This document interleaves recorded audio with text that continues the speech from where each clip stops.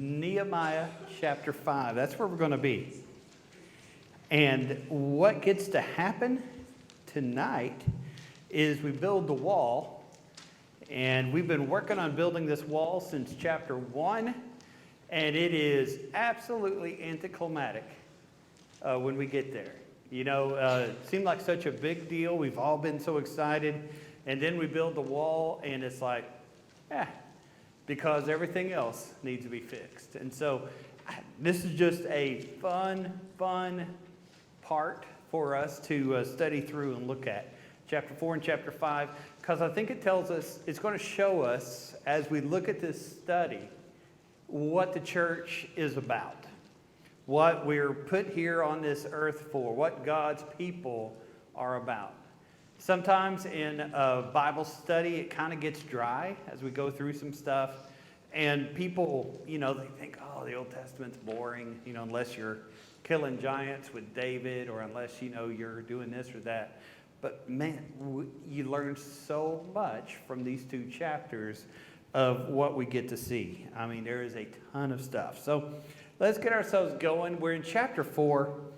And this is right before we get to 5, kind of getting us ready, because it's been a week since we've been in chapter 3 and chapter 4.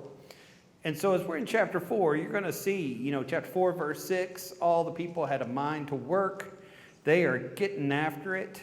Sanballat, Tobiah, the Arabs are attacking against them and threatening to overrun the city and kill everybody. Of course, they got the Persians have given them permission, and they're in the Persian Empire. But the problem is the Persians are about 2 weeks away. And so, you know, there's a chance they could get run over and attacked and wiped out before the Persians could ever do anything. So, I mean, we're getting after it in our work. And so Nehemiah has set the goal. Everybody is bought in. We saw last week, as you go around looking at the wall, remember we started at the top or the north and worked our way around counterclockwise. And you saw that everybody was building. You had the jewelers and the perfumers. You had the daughters. You had everybody in the city working and getting after it. It gets to the point where the threat, danger becomes so high that a lot of people are working with one hand and they're holding a sword in the other because it looks pretty tough. But it is really a good thing because everybody's participating. Everybody's working. The bottom of the wall is constructed. As we're going along, we're just headed toward a great victory.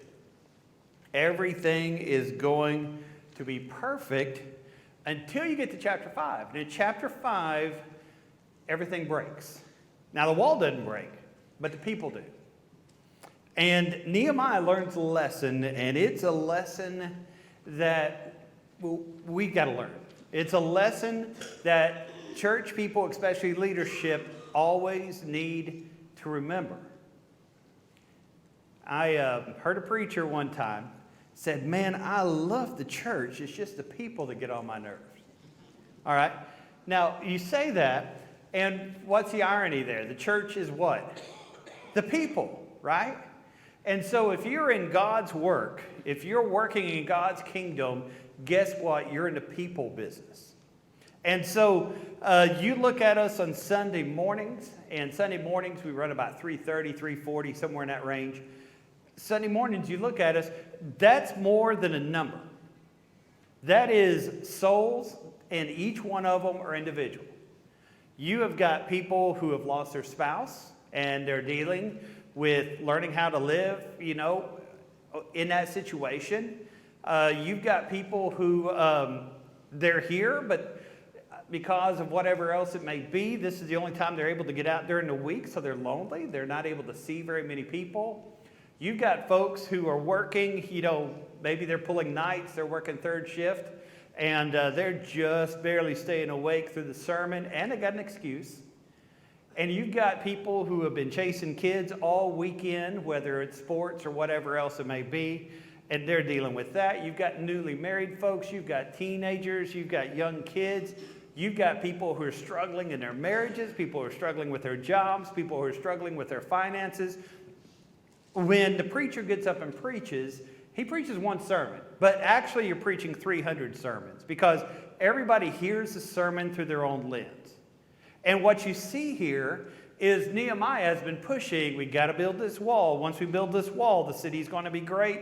We got to build this wall. It's good for us to show that God's people are back. Exile is over. We're going to be great. We're going to be powerful. It's going to be great once this happens. And you go through all that, and chapter 5 is just, we just ran off the road because it's broken. Now, what's going on here? Well, you look here in chapter 5, verse 2. You've got the people who don't have land. Most likely that's who this is. And daddy is on the wall working. And sometimes mama's on the wall working. If you're working, you're not out in the field cutting grain. And if you're not out in the field cutting grain, what's going to happen this winter? It's going to be a famine. You're not going to have food. To put it in our perspective, say that we have a church program and we want everybody up here from Monday to Friday. All right? You love the Lord, right? If you love the Lord, you're not going to work. That's what we would say. And so you need to show up and you need to do God's work. Well, okay.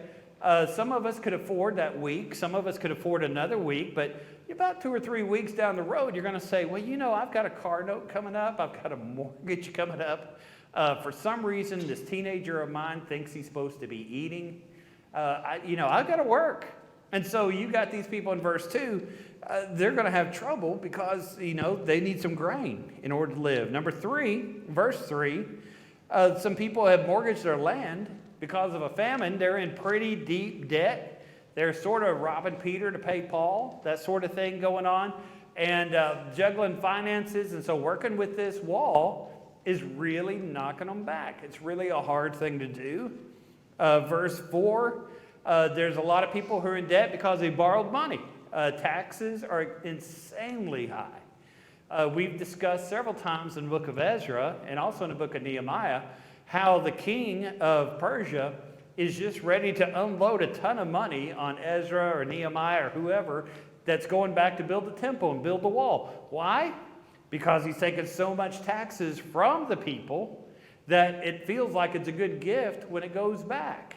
And so these people are paying so many taxes that everything's mortgaged and they are barely making ends meet or maybe not making ends meet. Now, verse 5, everybody that's in debt, you don't go to a bank and get money.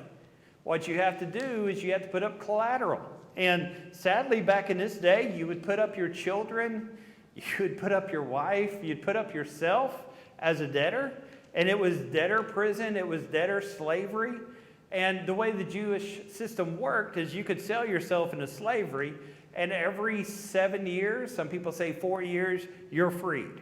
And so if you owe a huge debt, you can say, okay, I'm going to be a slave for a certain number of years, and then that will get me out of it. Or you have the year of Jubilee that comes every 49 years, which will get you out. And so all these people are saying, Nehemiah, we believe in you. We believe in this wall. We believe in this work, but we're oppressed. And all these things are going on. And what I want us to notice as we look at this is they're motivated, but there's a lot of issues in life. Now, let's talk about this for just a few minutes because I think it's important, especially for church planners, to understand. It's good to have programs because programs involve people, and we want people involved in church. We want people to be active, to do this and do that, whether it's a youth program or whatever else it may be. But when we're putting together programs, when we're putting together extracurricular, if you will, this is beyond worship service and saying, hey, Monday night, I want you to do this. Thursday night, I want you to do this. Friday, this weekend, we're going to do this in a church thing with this or that or whatever. Remember the folks you have who are coming to this. They need family time. They need time to be down so that they can worship on their own or study the Bible on their own. They recognize when we're going through these things that a lot of times people are struggling with whatever it is they're doing. Now, I'm not anti-program at all. And there's a lot of groups, especially specific groups in the church, that need to have extra time. It's great especially for our older saints. It's great for our teenagers. But be careful that you don't get like Nehemiah and you get so focused on building this wall that you forget what you're doing to the people. Forget what you're requiring from the people. Now, what's the purpose of the church? In the church, in the Lord's church, our job, number one, glorify God. That's what we're after. We want to glorify God. Number two, this is my ranking. Other people have different ways of putting it. Number two, get you to heaven. I want the Lord's church to be a booster that will get you to heaven. Now, there's always the argument, do I go to a large congregation? Do I go to a smaller congregation? What kind of congregation should I be a part of? And, people argue back and forth. Maybe you should go to a smaller congregation, build them up, or maybe you should go to a larger congregation that has programs, for youth or for whatever else. Go where it's easier for you to go to heaven. If a smaller congregation where you are very involved, where everybody knows in 2 seconds if you're missing because there's nobody there, if that is what you need, if that helps you get to heaven, that's where you ought to go. Now, in a bigger congregation that has more things going on, that has more opportunities, has a youth minister, if that will help your kids get to heaven, that's where you need to be. Find a congregation that helps you to get to heaven. Find a congregation that takes away any obstacles that are there. There's always going to be obstacles. But find a congregation where it's easier to go to heaven rather than more difficult. There's some churches where every sermon is a browbeat. And every sermon is a difficult time to get through. And it's hard to grow spiritually in those churches. Now, do they need to be supported and built up? Yes. But find a church that makes it easier for you to go to heaven. We are in a church in the people business. And so I think that's what we're seeing as we open up in these first five verses here of chapter 5, is Nehemiah forgot for a few days, few weeks, that he was in a people business.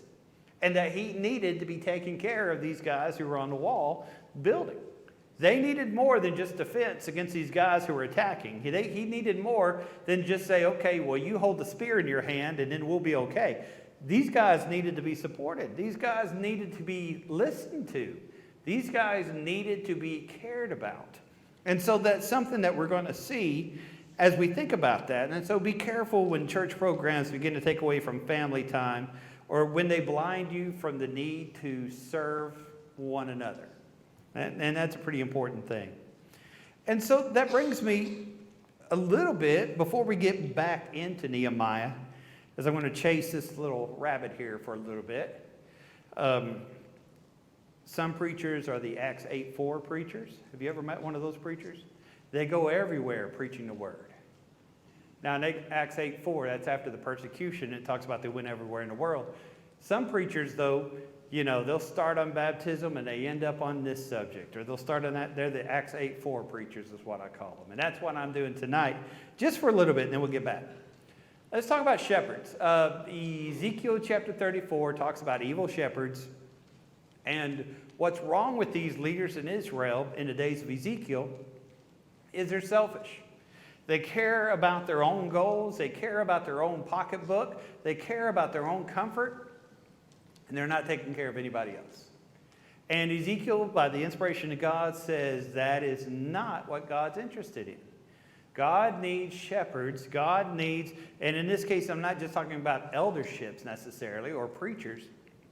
God needs churches, and I'm going to use that in the aspect of calling them shepherds, that care about people, that are there for people. And so what does a shepherd do? Now, there's a list of about 16 things in Scripture, but we don't have that much time, so we're just going to look at this short list. What's a shepherd do? John 10:27. He knows the sheep by name. All right? Now, that's more than just saying, hey, I know this person. I know what his name is or who he's related to. What Jesus is telling us there is the sheep that belong to him, he knows them. He knows what they're going through. He knows what their situation is. He knows what is happening. All right, you get a new member into church, and I have no idea where these statistics come from. I imagine they're made up, but they've been made up for like 3 generations, so we'll pretend they're true. Okay, you get somebody to come to church. Within 6 weeks, they need to know how many people before they fall away. You ever heard this? At least 2, okay? You need to know at least 2 people who will say, hey, you're not sitting where you're supposed to sit. You know, you weren't here Sunday. You know, what's going on? Or, hey, I remember you're going through this situation. Tell me about it, okay? We need at least 2 people when you walk into the building who know your name, who kind of have some idea what you're going through. You know, maybe their kids and your kids are doing the same thing. And it's important for us as a church and as church members to kind of know one another. A shepherd knows his people by name. He knows their situation. Number 2, he loves the sheep. Luke 15, you got the parable of the lost sheep. One disappears. What does that shepherd do? He leaves 99 and does what? He goes and he hunts. He loves the sheep enough to where if they disappear, he chases them down. That passage there in Matthew 9:36, that passage says, you know, Jesus saw the crowds. He had compassion on them. You've got to love the people in the church. And remember the 2 greatest commandments, and I think that's the 2 greatest commandments for preachers. Love the Lord your God and love the people in your congregation. Love the Lord your God with all your heart, soul, mind, and strength, and love your neighbor as yourself. And so those 2 things are necessary. They've got to love the sheep. Psalm 23, they feed, they care for the sheep. They put them in situations where it's easy for them to grow, where they're being fed and taken care of. Now, of course, you've heard all the little devotionals about sheep. Sheep are... they're not dumb, they're just sheep. And so if you put them in deep water, they'll step too far into the water, their wool gets heavy, they get washed away in the current, they can't pull themselves out. They don't have great eyesight, and so you kind of have to lead them to grass. Sometimes sheep need to be protected so they don't get into something too deep. Sheep needed to be shown, hey, this is what you ought to feed on. This is what you need in Bible class. And so those are important things. Jesus is the fold. He is the gate. As you read there, as Jesus is doing this analogy in John 10, they create boundaries. Hey, as a church member, this is what you ought to do.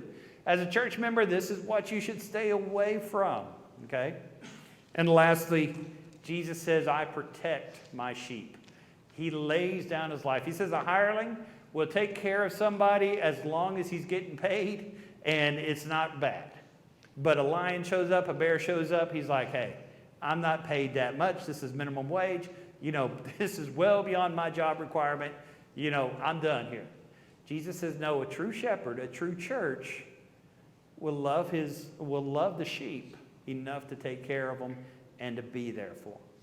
All right, so I want us to, as we go through those first 5 verses, and like I say, we're a little bit off subject, but I think it's good for us to look at this from this perspective because we don't always get this sort of teaching. It's important for us to always remember in the Lord's church, we're in the people business. And we've got to know our people, we've got to take care of our people, and we've got to make sure the people in our church are growing, that they're learning, that they're being what they need to be, that they're being taken care of in a way that God wants them to be taken care of. And so, you remember they're going through these issues. A lot of them are dead broke. Hey, my children are in slavery. I'm that poor. I don't have a house anymore. Famine's coming up. It's not going to go well. All right, so Nehemiah comes up to these people, the nobles, and he says to them, what you're doing is not good. And so as he goes to them, he begins telling them, okay, verse 11, you can't do this. This is chapter 5. You've got to restore these people. You give them their kids back. Take their kids out of slavery. Give them their houses and their land back. How in the world would you do this in this way?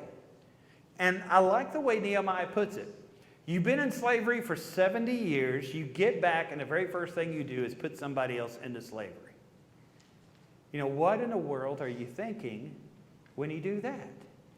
For 70 years, you've longed to go home and have your freedom. For 70 years, you've longed to not be in this situation. And you come back and you do to these other people the exact thing that you had prayed to be released from for 70 years. And so the nobles agree and say, we realize we should not have done it. And they agree to come back and to make things right. And so at that point, they release all the debts and they allow these people to be made free. Now, Nehemiah is going to take his garment and he has some dirt in a fold and he pops it where the dirt goes, flies off. Special effects there, right? And so he says, that's exactly what's going to happen to you being popped off the garment if you don't forgive these people and treat them like your brethren. You're going to be kicked out. You're no longer going to be a noble in the Jewish community. You're going to be kicked out of our nation, out of our fellowship, because we can't have people treating their brethren this way. We've got to treat our brethren the right way. And so he requires them to release his debtors. And then as you go through the rest of chapter 5 here, you go through and Nehemiah begins discussing his example. All the governors before required 40 shekels of silver a day to feed their families, to feed their servants.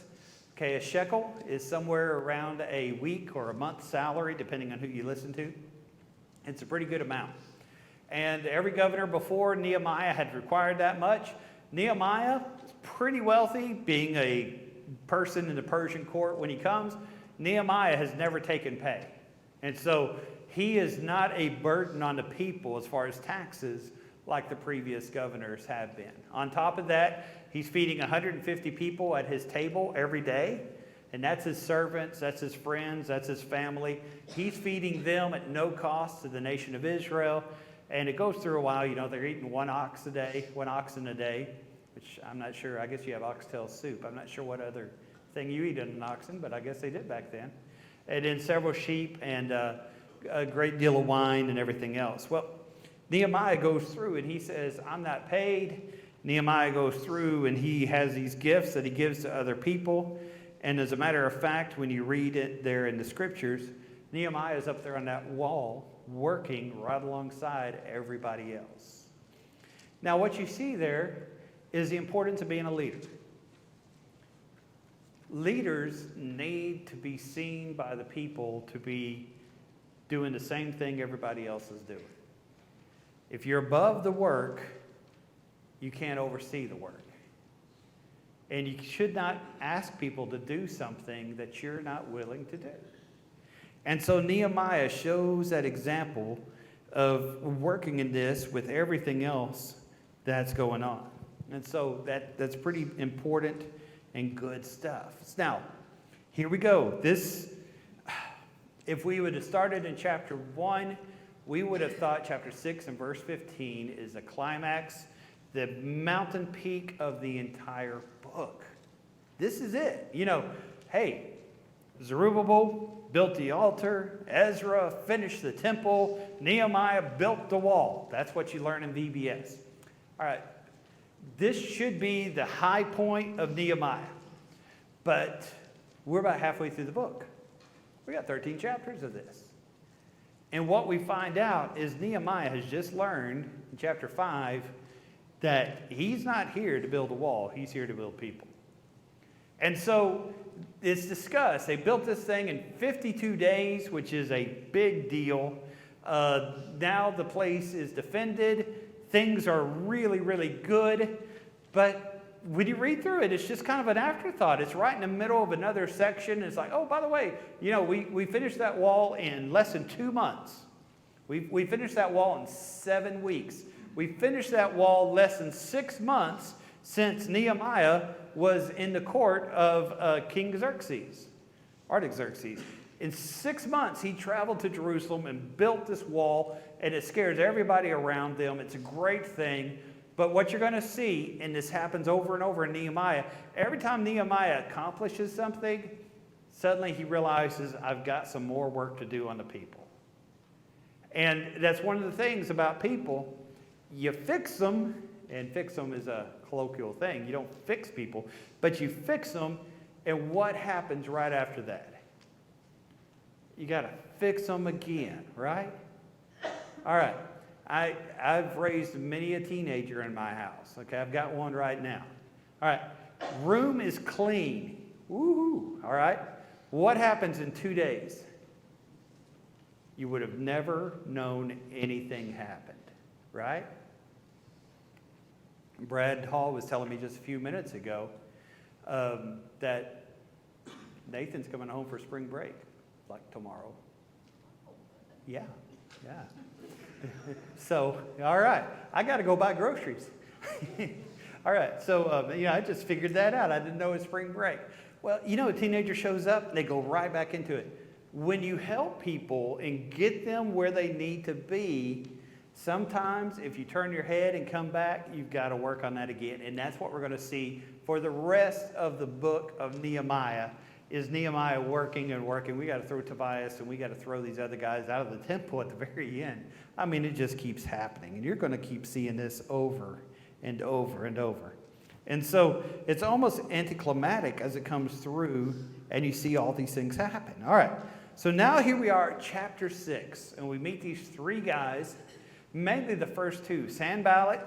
And Sanballat is the governor of the province just north of Judea, Jerusalem, and this would be the governor of Samaria, and he does not like the Jewish people at all, okay?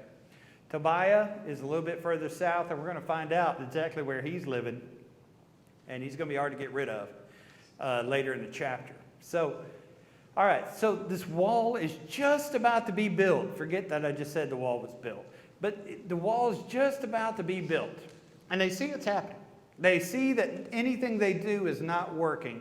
So they're like, okay, Nehemiah, why don't you come and visit us and come out to the plains of Otho, and we will discuss this. I'm the governor of the north, you're the governor of the south. Let's get together and talk about what you're doing. Now, Nehemiah is a pretty smart guy, and he knows exactly what's going to happen. On his way to travel there, he's going to be ambushed, and they're going to kill him. And he knows that's what they're going to do, but they're trying to force him into a conflict, force him into leaving the city, because if they can get him out of the city, they think they can kill him, and if you get rid of Nehemiah, then they think everything else will fall apart. And so he asked him to come, and he does not come, and then comes maybe one of the most famous parts of the book, okay? And you've heard this quoted, especially if you've done a lot of restoration history and some American history, okay? Chapter 6 and verse 3, okay? So I sent messengers saying that this is Nehemiah's response. I sent messengers to them saying, I am doing a great work, so I cannot come down. Why should the work cease while I leave it and go down to you? Nehemiah is saying, hey, listen, what I'm doing is way too important to go to the plains of Otho to talk to you. God has put me here, and if I leave, it's not going to get done. This is my job. All right. Now, to restoration history, 1800s, okay, or American history, what president gave this quote on his trip from Ohio to Washington, D.C.? He's named after a cartoon character. It's not Snoopy. Does anybody remember? Chester Arthur who? Close. James Garfield. James Garfield. James Garfield. Oh. Yeah. Yeah, that character. Okay. Now, James Garfield was a preacher within the Restoration movement.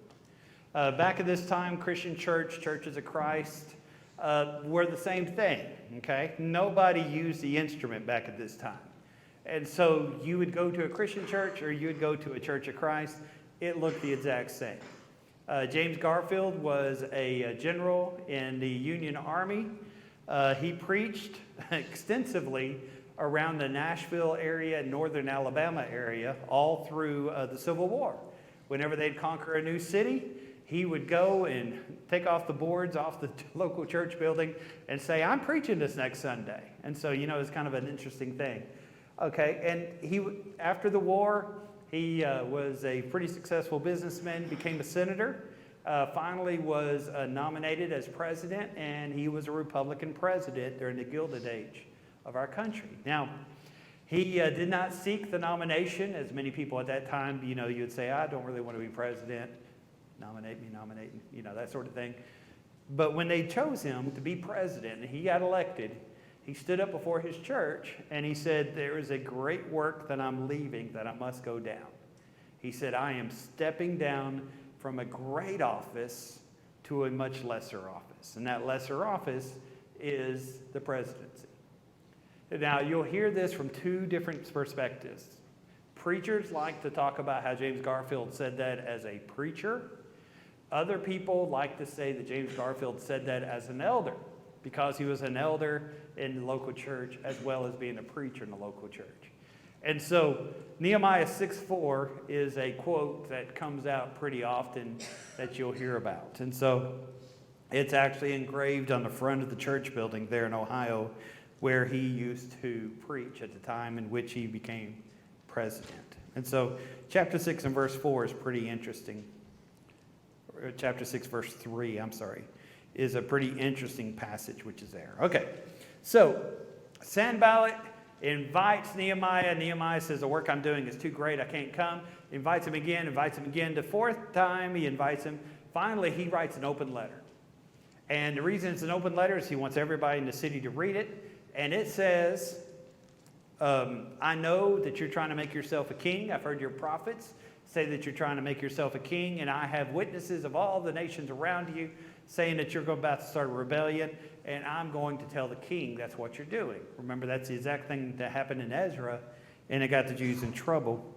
And Nehemiah is not scared. Then Shemaiah, who appears to be a priest of some sort, is hired by Sanballat. Tells Nehemiah, you're about to be killed. There's assassins in the city. Go hide in the temple where only the Levites can go. And Nehemiah is too smart for that, and he won't go for that either. And so that's chapter 6 and verse 10. And then you get later in chapter 6, and you see Tobiah. Now, Tobiah is an Arab. No, he's an Ammonite. But he is married into the nobility. And so he is a cousin and a brother-in-law to all the Jewish rulers. And so he is married into it. And so these Jewish rulers, because Tobiah's family, start following him instead of Nehemiah. Because he's family. They're related to him. And so Nehemiah is facing a lot of issues from all sorts of directions that are going on. All right. Now let's look at some of the applications here. And the applications I've got... Nehemiah learned that people need rebuilding more than the walls do. We've got to focus on people more than we do our building, more than we do our programs. We've got to focus on our people because that's who Jesus died for and that's who we're trying to get to heaven. And so he learned to work with the people more so than the wall. Number 2, God's people need to take care of each other. Love your neighbor. Don't defraud one another. Don't gossip about one another. Don't slander one another. If you're in the church, love your neighbor. And the people who don't deserve love are the ones who need it the most. Okay? The people who don't deserve the love are the ones who need it the most. Love your neighbor. Number 3, be like Nehemiah. Leaders set the tone. Be a person who serves. Be a person who works. Be a person who sacrifices for the sake of the kingdom. Number 4, sadly, not everybody likes you. What a way to end. Okay, use wisdom in how you deal with your enemies. Not everybody wants you to succeed. And number 5, how in the world? You build a whole wall, almost 2 miles of wall in 7 weeks, 8 weeks. That's impressive right there. When God's people get together doing God's work, it is amazing what gets done.